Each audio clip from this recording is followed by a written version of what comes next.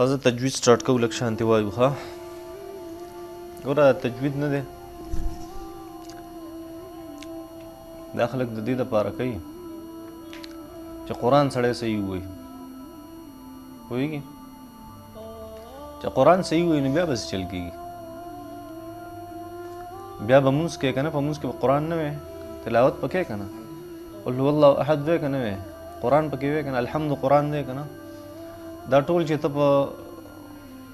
مانځه کې وی او صحیح وی نو بیا به مونځ قبلیږي او چې مونځ قبول شي نو بیا به ستا دعا هم قبلیږي او چې داسې نه وي چې مونځ دې صحیح نه وي ویل دې صحیح نه وي نو بیا به ستا مونځ قبول شي نه قبلیږي او چې مونځ دې قبول نه شي بیا دعا قبلیږي نه قبلیږي نو د قرآن د صحیح ویلو دپاره مونږ صحیح زده کوو تجوید زده کوو اوس تجوید څه ته وایي دا به یاد کړي نن به صرف یوه خبره کوو څو یوه چې تجوید څه ته وایي ګوره یو حرف چې ته ادا کوې که نه الف با تا ثا دا حروف دي تاسو چې ورته انګلیش کې الفابیټس وایي بل ورته څه وایي لیټرز ورته وایي نو کوم الفابیټس چې دي د عربۍ الف با تا ثا دې ته حروف وایي یو ته حرف وایي او ډېرو ته څه وایي حروف نو اوس چې د کم ځای نه دا روزي ادا کېږي لکه ثا د یو ځای نه ادا کېږي که نه په خوله کې قاف د دې ځان له ځای دی ها د دې ځان له ځای دی نو د کم ځای نه چې دا حروف ادا کېږي دې ته مخرج وایي څه ورته وایي مخرج د کم ځای نه چې دا حروف روزي ادا کېږي دې ته څه وایي هغې ځای ته مخرج وایي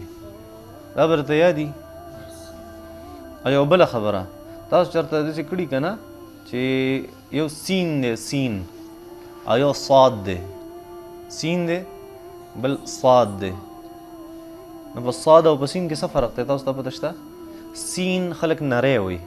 او صاد خلک څه وایي ډک وایي پیړ وایي دا نریوالی او دا پیړوالی دا نریوالی او ډکوالی دا د دې حرف صفت دی څه دی صفت دی وایي دا ډک دی نو یو صفت دی د هغه حرف که نه هغه ډکي او دا نری حرف دی ویلی کېږي نری دا د هغې صفت دی نو صفت دی وپېژندو او مخرج دی وپېژندو د قرآن چې کوم حروف دي حروف یا د عربۍ چې کوم حروف دي هغه چې خلک د خپل مخرج نه ادا کوي او د خپلو صفتونو سره ادا کوي دي تجوید وایي اوس په ستا سبق څنګه وي ته به اورې څنګه سبق په داسې اورې چې تجوید وایي ښکلي کولو ته تجوید څه ته وایي دا لفظ نه تجوید د دې معنی څه ده معنی ښکلي کول او یو د دې تجوید ډیفینیشن دی تعریف نو معنی خو دا د یو څیز ښایسته کول او تعریف یې څه دی حقه دی مخکې چې مې درته ووي څو حروف د عربۍ حروف د خپل مخرج نه سره د خپلو صفاتو ادا کول دې ته څه وایي تجوید صفات پیژنې که نه صفات پیژنې صفت څه ته وایي یو حرف دی که نه حرف صاد یو حرف دی که نه او سین هم یو حرف دی نو سین مونږ نری وایو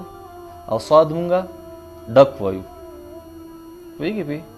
نو صاد کې ډکوالی دی او په سین کې نریوالی دی دغې ته صفت وایي دا د حرف صفت دی سین دغه صفت دی نریوالی او د صاد دا صفت دی چې دې کې ډکوالی دی دې ته صفات وایي ته پې پوهېږي هلکه نو اوس په ته دې نه پس دا یې زده کوې مخکې به تا وي سبحانک اللهم وبحمدک وتبارک اسمک وتعالی جدک ولا اله غیرک لا اله الا انت مخکې به دې داسې مونځ وي اوس په داسې مونځ نه وي اوس په آرام چې تجوید وکړو بیا به سبحانک اللهم وبحمدک وتبارک اسمک وتعالی جدک ولا اله غیرک نور کله چې د 4 رکعاته په 2 منټه کې کول اوس په 4 رکعاته په 8 منټه کې څو منټه کې 8 منټه داسې وایي ښه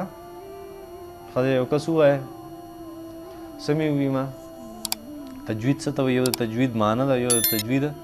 تعریف دی دا تجوید معنی دا ده څیز ښکلی کول تعریف یې دا دی چې حروف خپل مخرج حروف ادا کول د خپل مخرج نه سره د خپلو صفاتو اسان دی په دواړو مې مخکې اسان پوهه کړی دا به راته یادي لاندې کښېنې څو کسان یې 2 4 6 8 10 15 یې که نه 15 2 2 3 3 کسان کښېنې او دا یو بل نه سم واروي چې داسې ته یاد شي چې بالکل که نه درځي بیا بل مرګي نه تپوس کې لاندې لاړ شي دا یاد کې ښه اوس دقه ستاسو سبق ونن زه څنګه ته لیکلي مې لیکې زه به کتابونه درکړم